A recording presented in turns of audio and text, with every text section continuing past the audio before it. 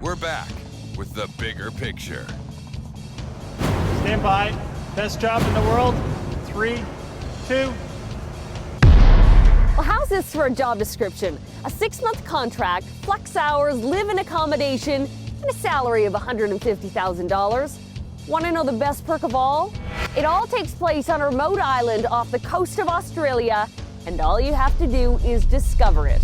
There's no question why it's being called the best job in the world, and would you believe a Canadian is close to snagging it? The past 3 months have been a nail-biter for these 3 Canadians. The minutes leading up to who makes the cut are even worse. Who thought trying to get a job would be this intense? But then again, there aren't many jobs like this one.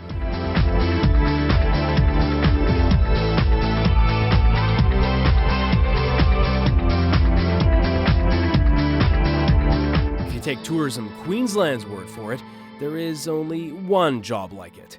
No surprise then that there has been a flood of applicants.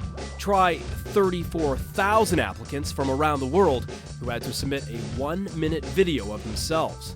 To explain why they are the most qualified to spend 6 months in beautiful Queensland, Australia, exploring the islands of the Great Barrier Reef, going to luxury spas, snorkeling, and cleaning the pool, all for a salary of $120,000 Canadian. I live in Vancouver. It's one of the few cities in the world where you can play golf, go skiing, and hit the beach all in one day. That's crazy! I'm on it! Island caretaker. But if you told me that I could get out of here, I go. Take me to the island, set my spirit free. Meet 3 of the candidates, Eric, Melissa, and Mitch, who are among the 7 lucky Canadians who made the top 50. Only one last barrier till they reach the Great Barrier Reef. The top 16 get flown to Queensland for a face-to-face interview, and they've been on pins and needles for weeks waiting to find out if they've made it. Did you ever think you have a chance of making it this close? No, I mean, I obviously hoped and dreamed I would get it, and when I applied at first it was sort of just something that was fun, and I knew I could do it with my friends and it would be a great time and something I could have on a portfolio or anything, just like a little bonding experience. Mitch Moffat, a biology student at the University of Guelph and part-time performer, decided that he needed a little help from his friends if he stood a chance. Take me to the island, set my spirit free. It works out perfectly with my biology degree. I love going on adventures, my communications grand. Hi there, and I'm telling you right now that I'm your man. I feel like I'm being serenaded. At the very last minute I realized I have to do this. We can do it, I know we can. I sent out a Facebook message the night before being please come out Saturday morning and film this with me, it'll be amazing, it'll be a fun time, and I'd appreciate it so much. So Saturday morning I came downtown and just sort of waited, crossed my fingers that people would show up, and luckily all those people showed up. About an hour away in quaint Stratford, Ontario, Mitch's competition, Melissa Shank, monitors the online voting results every day. A part-time local weather personality, Melissa used her own production company to transform herself into the island caretaker superhero. When I heard about the best job in the world, I was actually at work just about to do the weather, and the story came on, and I thought, wow, this truly is, I thought I had the best job, but I think this could be even better. How are you going to separate yourself from everyone else? We had to do something a little bit different to put ourselves out there. So that's where we came up with the character of the island caretaker. And it's funny because now on the street people will stop and say, how's the best job going? And they kind of do the little, the caretaker persona with it. I decided to start doing some research on the reef. Fish are friends. And across the country in Vancouver, Eric Rolfson wanted to put his knowledge of Finding Nemo to the test with his bid for the world's best job. But he quickly realized there is still a job to do. I come from a writing background, so first and foremost, if you're blogging, you have to be able to write. A long time as a journalist, so I've spent a lot of time observing things and describing them for people. A husband and father of 2, he knows if he gets it, it's not only his life that would change. They're pretty excited. My wife is excited. For the folks at Tourism Queensland, having a worldwide response to this is like hitting the jackpot.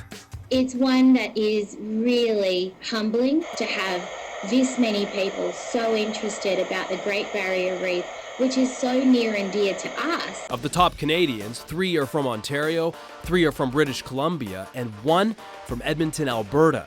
So does a Canuck stand the chance of actually getting it? I think the Canadians really showcased the adventurous spirit that Canadians are known for all around the world. We received some fantastic entries. So now, more than 3 months and 34,000 people later, then there were 16. But will there be a Canadian or Canadians in the mix? I don't know, I'm hoping I get a call. I don't know. We're there with Mitch for the agonizing wait, and then when he receives the news. I didn't make it. Oh no. Dang. Oh no, you didn't make it. It just says, unfortunately, I'm writing to you with bad news. And what about Stratford's Melissa Shank? I have no idea who these people are. Clearly not the news she wanted to hear. I'm okay with it. I looked at the list and I think it's really interesting. It's completely opposite to what I had thought it would be or who I thought would make it. But congratulations to the 16 or the top 15 plus Claire in the wild card for getting in. Surely there must be one. Vancouver? I got it. I'm going to Queensland. That's right, Eric Rolfson has made it to the Sweet 16, the only Canadian to make it. I was starting to think, oh, maybe it's not going to happen for me.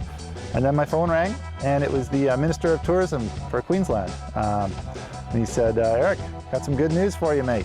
Eric and the remaining 15 now have about a month to really show why they each deserve the best job in the world. Proof that the hardest part about this job is getting it. Coming up next week on 16 by 9. It's a secret that many people across the country are keeping from their spouse. One of them is gay, and the other knows nothing about it. He knew the whole time, because he told me later that he had gone to his father before he met me and told him that he thought he might be gay, and his father told him basically not to be gay. It's too difficult of a lifestyle. We examine this sensitive social issue. Is your spouse gay? That's coming up next week on 16 by 9. And that's it for us tonight. If you have a story idea, give us a call at 1-877-TEL-69 or email us at global16by9.com. And don't forget to blog with us right after tonight's broadcast about any of tonight's stories. And now you can also send a video message on Facebook or YouTube. Thanks for watching. I'm Carolyn Jarvis, and from all of us here, good night.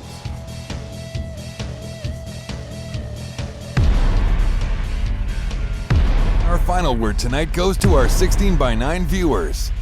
Nice to see that you can actually watch online outside of Canada. I'm sick of networks that put stuff online not accessible to people living outside of Canada. 16 by 9, the bigger picture. That's a wrap.